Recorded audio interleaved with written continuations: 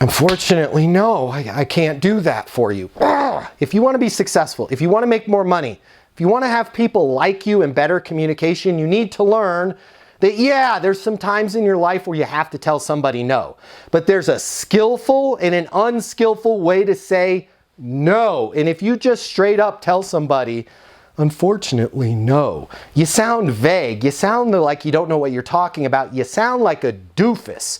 So instead of straight up telling somebody, unfortunately, no, be more skillful, be more professional. Say, although I can't do that, here's a better option. Or although I can't do that, here's a similar option. Let me give you an example. Unfortunately, no, we can't have the project done for you by Friday. Simply be more skillful. Although I can't get it done for you by Friday, here's what we can do. The team can come in early Saturday morning. We can have everything completed for you by 4:30 p.m. on Saturday. Fair enough? Do you see the difference between just straight up telling somebody, unfortunately, no, and although I can't do that, here's what I can do for you.